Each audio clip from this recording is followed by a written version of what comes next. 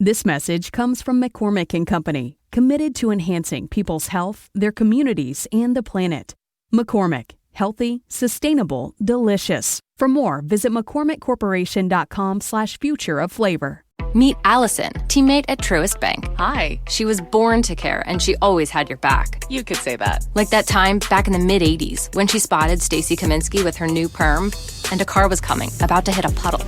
So Allison jumps in front of the splash, just in time to protect Stacy's fresh curls. Look, I had to do it. A wet perm just doesn't work. Today, Allison's a teammate at Truist, the bank that starts with care. When you start with care, you get a different kind of bank. Learn more at truist.com/care. Truist Bank, member FDIC.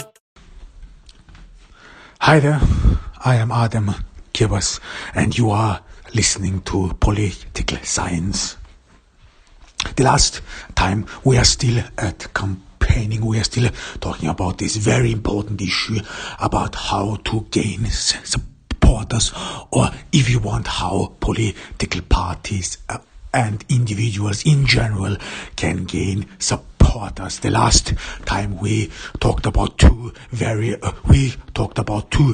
important distinctions. These are political strategy and political tactics. We said that strategy is in a way how a political party or a political entity places themselves or positions themselves in a broad sphere, how they want to be perceived, which methods and so on they use to get to being recognized, what they want the people to perceive of them, their image, and so on and so on. So this is as well as very important for economies, in the economy, if you want, especially companies put in a lot of effort and money to be seen and represented in a certain way. This is true for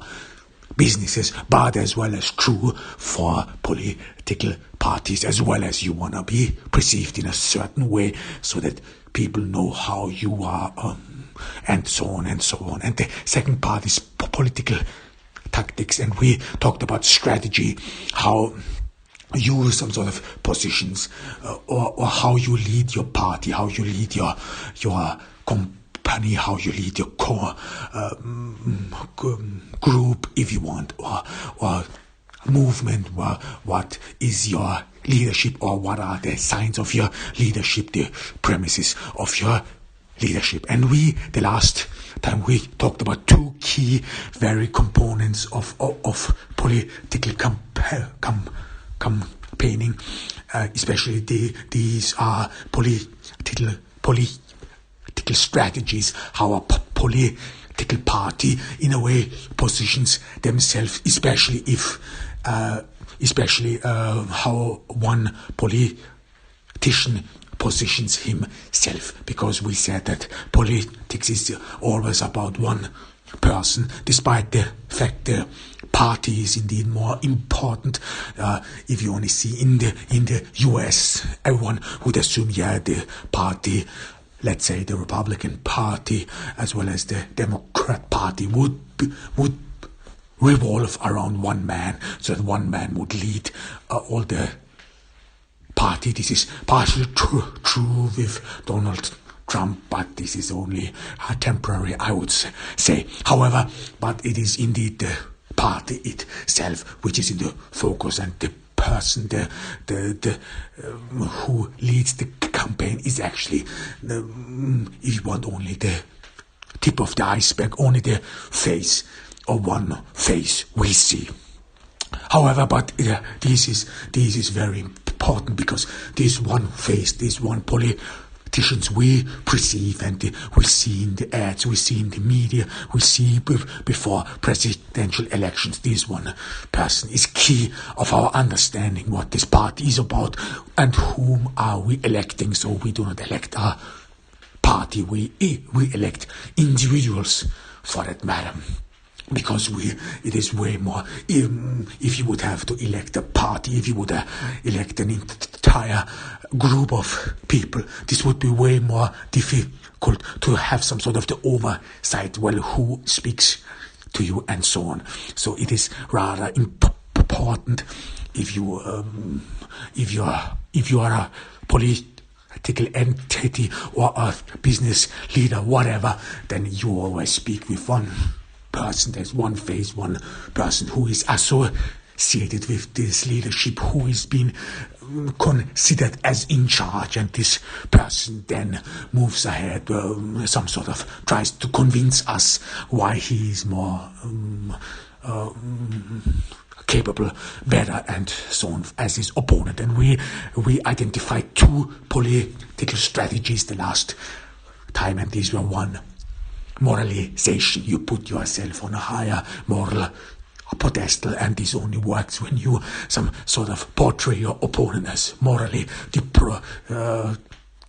depraved, when you some sort of put in an imminent threat, a threat that the moral values of a society are in decline, and that everyone should vote for you. We said it is very important that you some sort of identify a problem. This is how you can speak to people and how you can draw their attention. First of all, you identify their problem, then you some sort of give them a way how they can solve their problem, of course, through you. And it is always important that if you speak to people, we said that it is that you firstly have to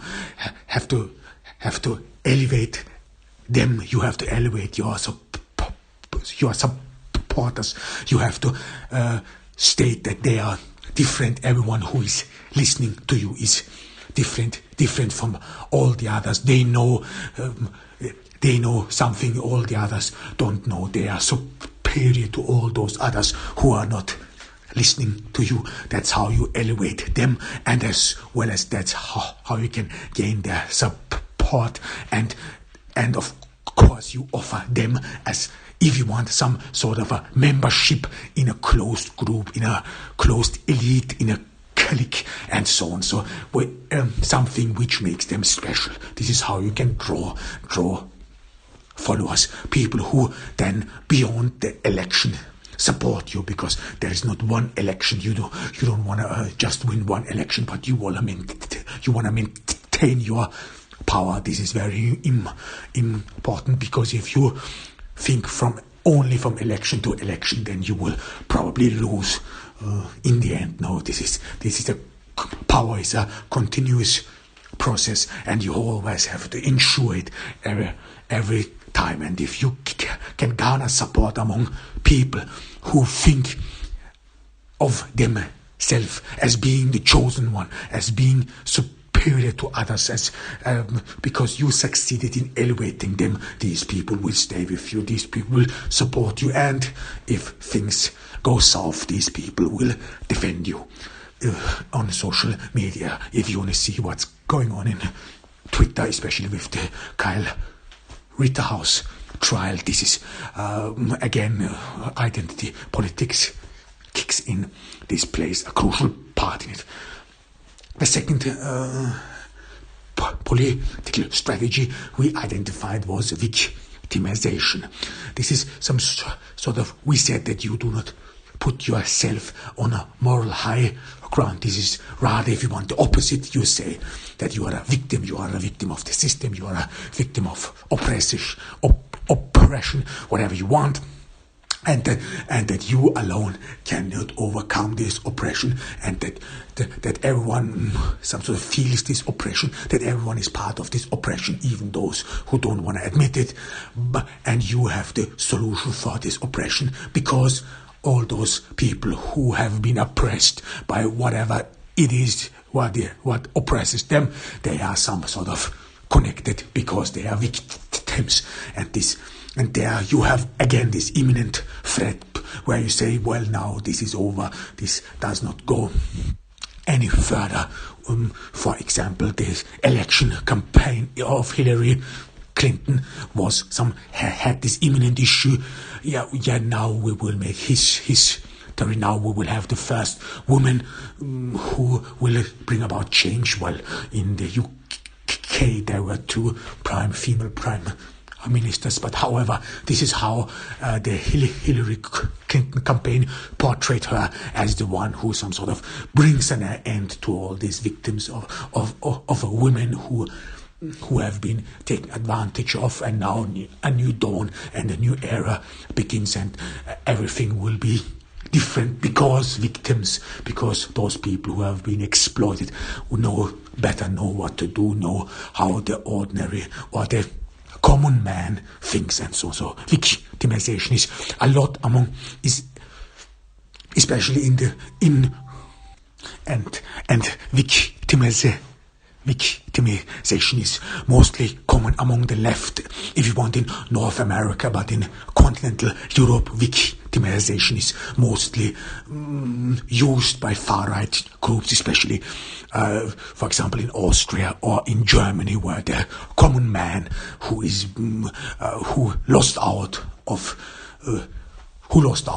technological development, who could not some sort of catch up, and these men with their ideals that the man would lead the family, that they are left behind,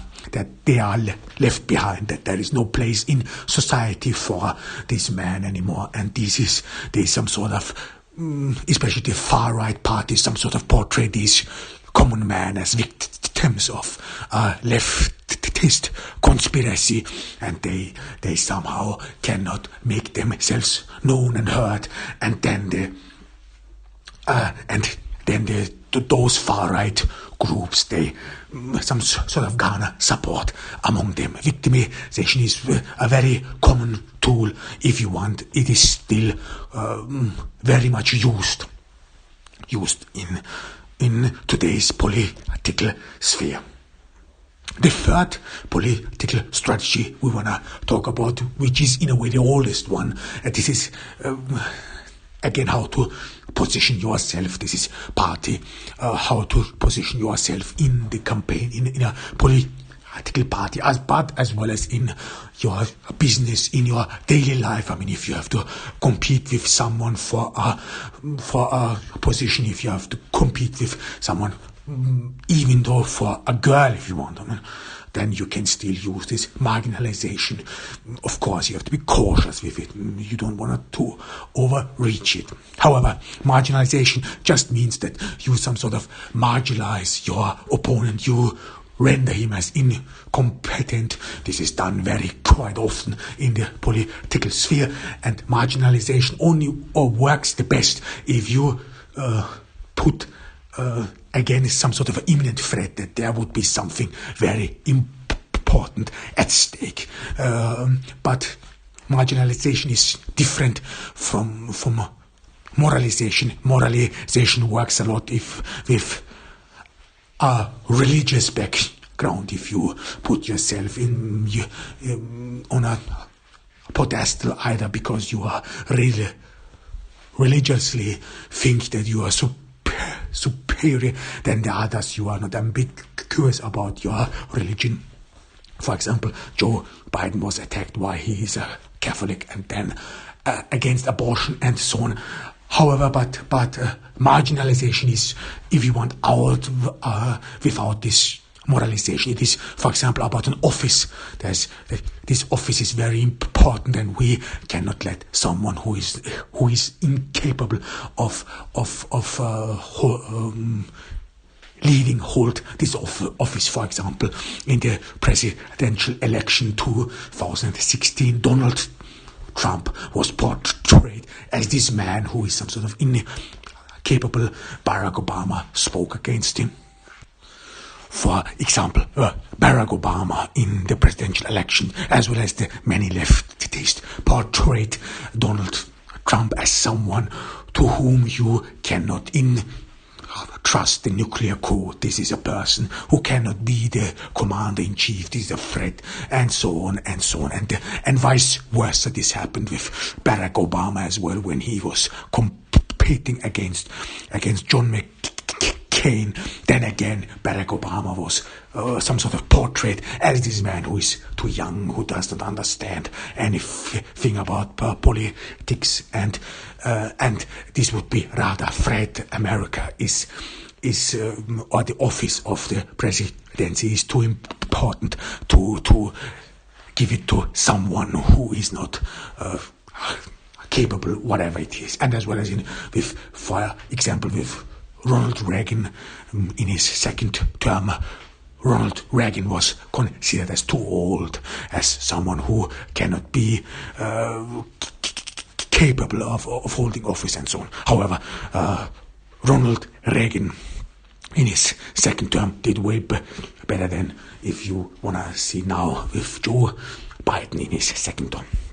However, marginalization really works the best if you again have this imminent threat or this imminence. There is some very, very important issue. You always have to portray a problem to those followers, to your elections. What is the key issue? Why is this man or this woman afraid to the moral deprivation, or is afraid to the office, or is just another oppressor? You always have to put in a threat, and then you some sort of marginalize and render this person as incompetent. This is what is now happening with Joe Biden, as someone who has been called too old.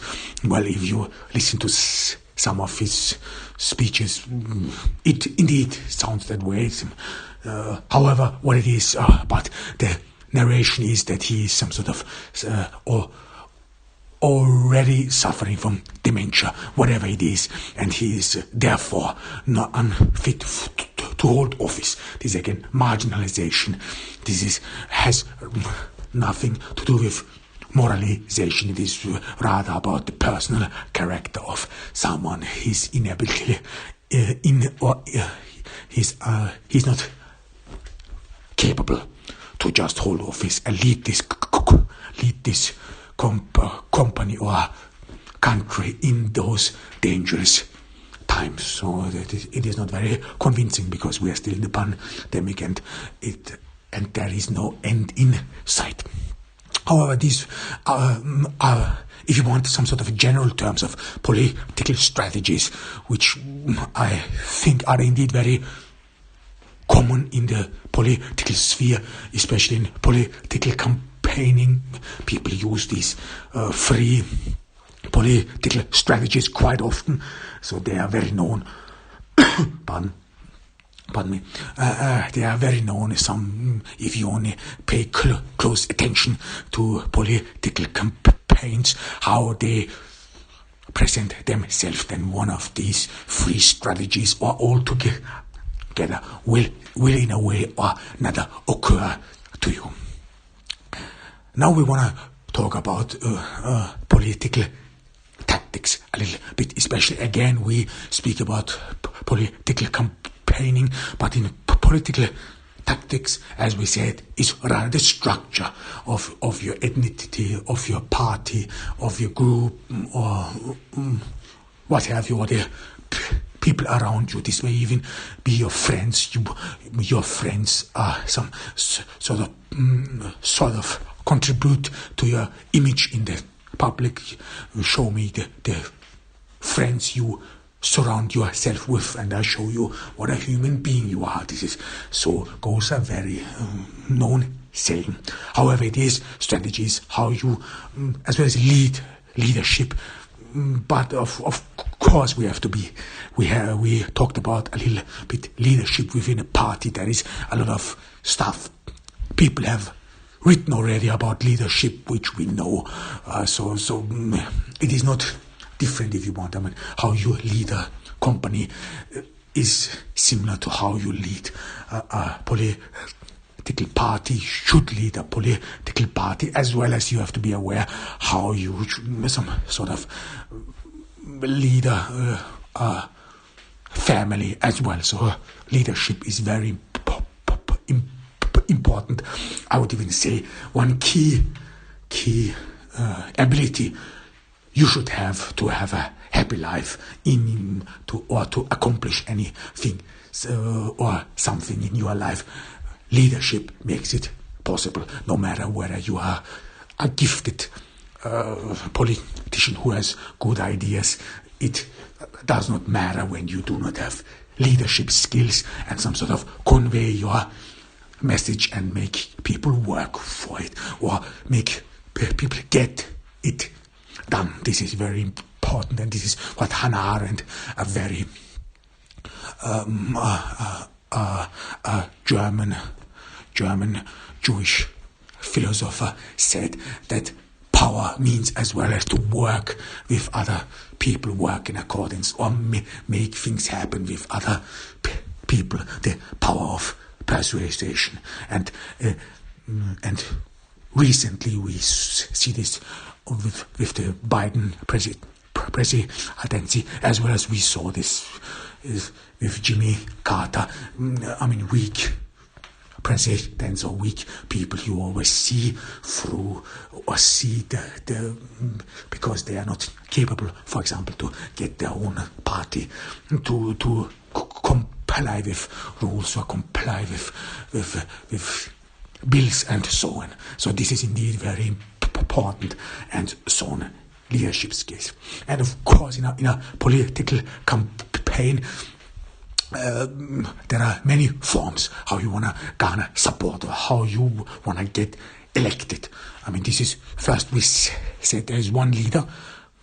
You put one person ahead. This is the person, the face of the campaign, and this is the person which everyone associates with and sees the party through the ideal, the good, but as well as the bad.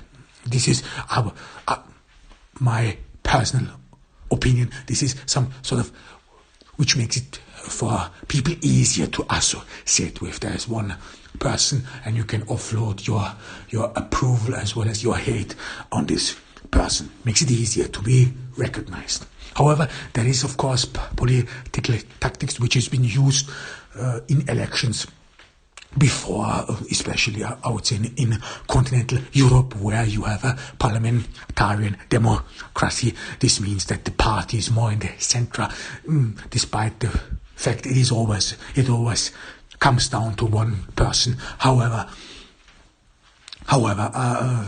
in the party there are always more faces in a party. This is as well as you have now in the US. It is not only Joe Biden who is the center of all attention, but as well as his vice president Kamala Harris, but as well as other people like Nancy Pelosi or Chuck Schumer and so on. So there are many people, and you want to some sort of spread the risk of failure, and I call this approach political selection.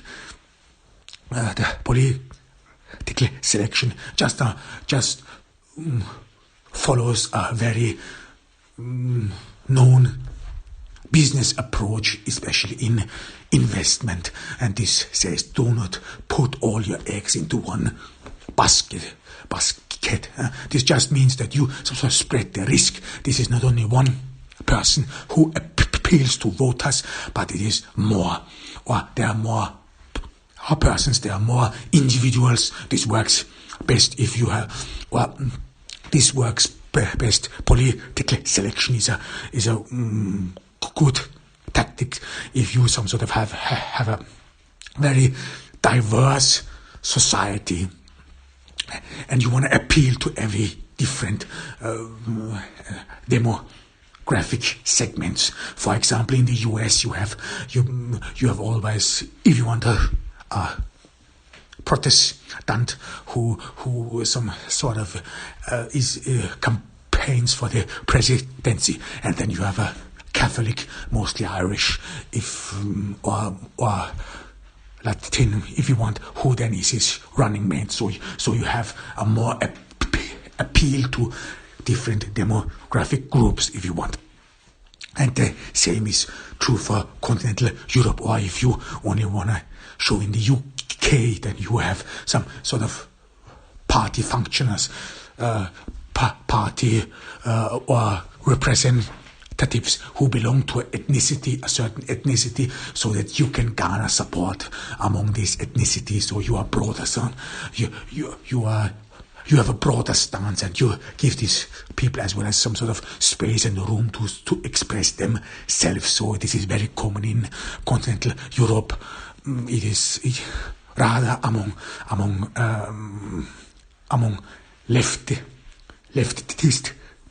parties very common. So political selection, that you put in a lot of different people from different ethnicities who then, before the election, campaign for you, support or garner support among their own ethnic community and so on. And this works. I mean, this is what we see in continental Europe. It is indeed questionable. Some of these practices are indeed questionable. However, it works in a way, and this is tactically wise in that sense. If you have a multicultural society, and if people can associate with your party through those representatives, it is, and of course it has weaknesses as well. I mean, this is what we have to say. A power struggle, because with this you fragment the party, and this is what we will talk about next. And of course, you wanna, in a political campaign, it sometimes is not sufficient if you have just one person whom you, I don't want to say attack with, but whom you some sort of compete against. So most of the time, or no, there are more people. There's a party, there's a political group. There's not only one person, but there are many persons. And in a political group, in an entity, in a company, whatever you have, there is always some sort of tension. We know that. I mean, some people are envious. Some people think that they are better than you, or think that they could do a better job than you, and so on. So there is a lot of trouble within the political sphere, and we said before that political sphere, this is very fragmented. There are many groups within a political party who have different opinions, who have different worldviews. For example, the Democrat Party in the US, there are some who are extremely left-leaning, whereas others who are very liberal. This the same you have in the Republican Party. There are some who are moderate and others are very conservative, and it is way more difficult to get all these people together to some sort of pull towards a common goal, to win a presidency, to win a office, and so on. This is so, and there's of course tensions between those fractions who some sort of do not want the other fraction to succeed, because you fear that when one fraction gains too much power and you lose too much, that this could be in the future your end, or the end of your fraction, and so on and so forth. This plays a crucial role. And if you are a smart politician who knows how to present themselves, or who knows how to attack your opponent, then you will some sort of go for this. You will try to bring this harmony in a political group, in a party, and so on. And especially this political diversion, I call it political diversion or political distraction. This indeed aims at the structure of your opponent. So this is not one, you do not aim at one person anymore. No, you aim at the structure. You want to some sort of bring in this comfort, this harmony into the structure. This works best if if this is in the beginning of a political campaign, because the people who work in a political campaign, true, there are always some professionals who have been working for political campaigns before, who know how to win an office. Yes, but there are a lot of people who are new in a political campaign, some sort of a new wave. This, for example, happened with Barack Obama and so on, how he won against Hillary Clinton. This new wave, if you want, this some sort of after them. He could successfully present himself as a new dawn after these wars of George W. Bush in Iraq, and he was successful, and he could successfully oust or win against Hillary Clinton in the primaries, because he succeeded in that way, garner support among young people. However, this was very contagious. So those people who remember this primaries, Barack Obama against Hillary Clinton, this was pretty much toxic. And this is the kind of discord or the discomfort or disharmony in a party you want to exploit.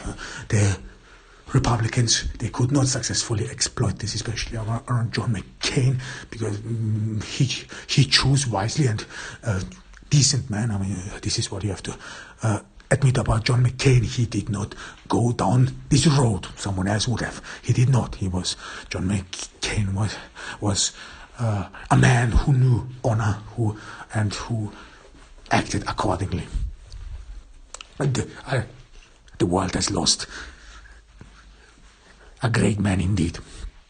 However, but let's say you wanna exploit this, you don't have to go down the road of racism and white supremacy. You can exploit the failures of your opponent in another way, and this would then mean that you some sort of, in a way, attack the structure of this person. For example, this is if you know that a political party consists of many fractions who compete against each other, which is fractions which some sort of pull on different strings.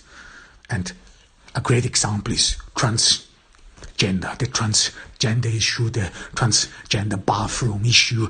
I mean, should they be allowed to choose in which bathroom they want to go or not? I mean, this is a big issue in the US. This is partially true in continental Europe.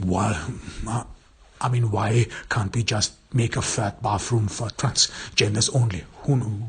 Well, however it is, but it brings a lot of disharmony within a political party, especially the topic homosexuality, especially in the left. This is a big issue, and in continental Europe, far-right parties try to exploit this. For example, if there's before an election, you bring up this topic, either it is provoked or it is out of nowhere, you come to the conclusion, there shouldn't be any transgender bathrooms, whatever. They should not be chosen. If you're a man, if you're biologically a man, you go to the male restroom. If you're a woman, then you're there, and so on and so on. However, this is always brought up, and this has actually a key component, and this is that it is a good way, first of all, to gain recognition, because transgenders, or in general homosexuality, is in a way considered by many as a debauchery. Well, I would not say among many, so this do not take things too far, but by a lot far-right groups and conservatives, some conservatives, so I want to be careful, some conservatives as debauchery, as moral value, and so on. And if you, as an aberration of moral value, let's call it, there's way some consider it that way. This is not many, some.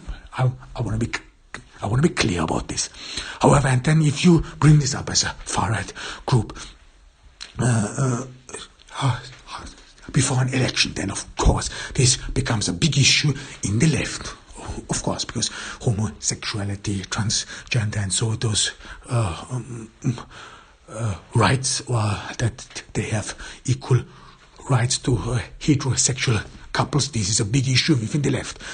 But it is not so a big issue among the conservatives. It is some sort of, if you want, some sort of a mere topic. It is some sort of a fringe topic. It is not very important, especially if you go through through economic or right now a health crisis. Well, you don't want to really talk about transgender rights, but rather about vaccines and is there an end to this pandemic and so on and so forth. However,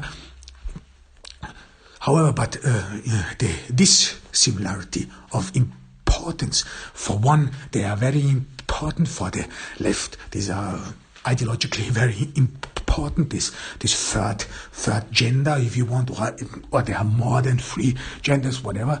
And this is a very important issue. And they, of course, always jump on it. I mean, when this always is brought up, this is part of this identity politics, they always jump on it. And if you are a smart politician, then you know how to use these things. Because one thing, this has one key advantage, this political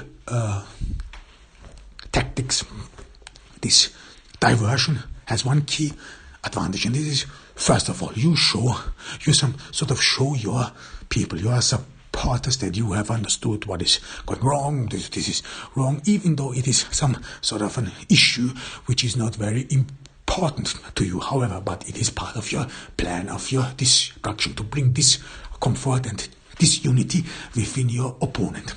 This is the first thing. You some sort of garner attention or get attention from your own supporters, but as well as from your opponents, because then your opponents, this is what they mostly do, that they then some sort of portray you as a demon, as a villain, and so on. This gives you free advertising.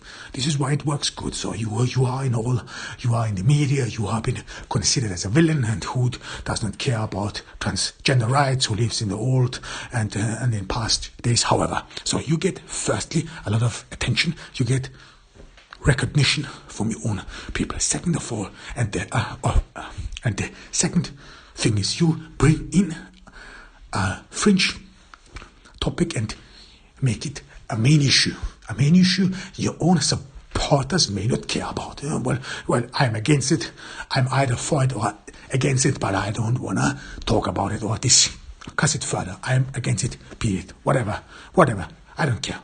This is what many think. And as long as, and while your opponent, for whom this topic is very important, talks about it in a great length about people who do not get rights, about people who are some sort of have to live of outcasts, this is again hits into the very spot when your opponent runs the political strategy of victimization. So you really hit in this spot, say it, so that they have to respond to that, because transgender, homosexuals, whatever, they are victims, they have to respond to that, they have to defend it. And while they are doing this, they some sort of lose sight of the very important issues what people want to talk about. And this is money, and this is your future, how your children are supposed to be, where they have to go, and how are you going to make ends meet. This is what people want to know, and this is what your primary, if you want, there are primary topics, what people want to hear about you, which you should have good solutions, and your few points. These are your wealth, your life standard, your wealth meaning finances, jobs, and the third is security. So these 3 topics are very important important. And if you're a political entity, if you're a political party, those three, they are firstly very important. These are your main topics. So everyone wants to feel safe. Everyone wants to have a safe job. Everyone wants to have wants to do or does not want to be left in the dark about the future of his children. So future home, his home finances and so on. These are very important issues, and you have to have an answer for this. You have to get on topic. And if you want other things, they are secondary. So how do you find happiness? How do you find love? This is actually not something a political party should offer or should try to sell a solution. Yet we do, because it is part of identity. And if you then can successfully distract your opponent or coax in your opponent into talking about an issue which is not very important to the majority of the people, then you have successfully brought firstly disharmony in your opponent, because some in the party will again see themselves as marginalized. This has an effect on the inner party climate. Those who some will think, no, we have to respond to that. We have to put, I don't know, a homosexual or a transgender person as your running mate, and so on and so forth. And there will be, of course, some voices in the party who will then say, yeah, we have we have way more important issues to talk about than about transgender bathrooms. So this is, if you want, this is a very good distraction, and this is being played by many far-right groups in continental Europe, and this was as well as played very well by Donald Trump. So whenever he brought this transgender issue, like banning transgender people from the military, this is a trigger. This works, and this pretty much galvanized all these other people, and he was very successful for it. In order to sum up, so political distraction means that you distract and or take away the main focus of your opponent.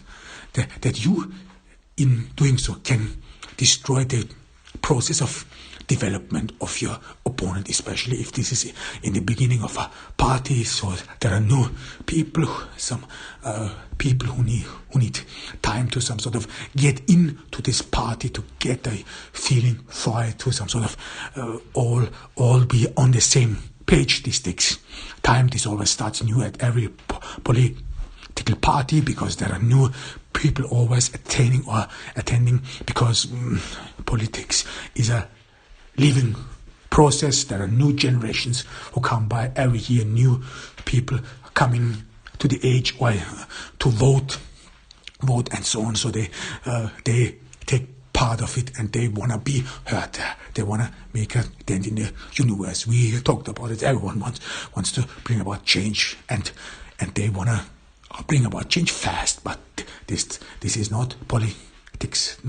This is not how politics works. However, and you want some sort of, and in political diversion, you want some sort of divert their main focus. For example, you want to divert them in a way for talking about those key issues: security, job, meaning your future wealth, and your family. These are three important issues. Every political party should talk first. You have to have a clear position on that, and it has to be, or it has to make sense, or else people will not follow you, or you will never leave this notion or this aspect of a fringe party. And there you can gain a lot of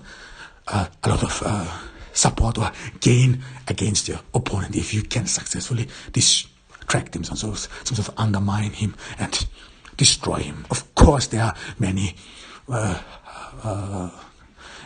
many methods of politics. It's finally time to start firing up the grill. From city to shore, Acme is everything you need to prep for this summer season. Download the Acme app to shop for this season's essentials any way you want. Open the Acme app, clip your deals, then order your items online. An experienced Acme associate will carefully select your groceries, bag your order, and bring it right to your car or deliver right to your door. Download the app or visit acmemarkets.com for program details.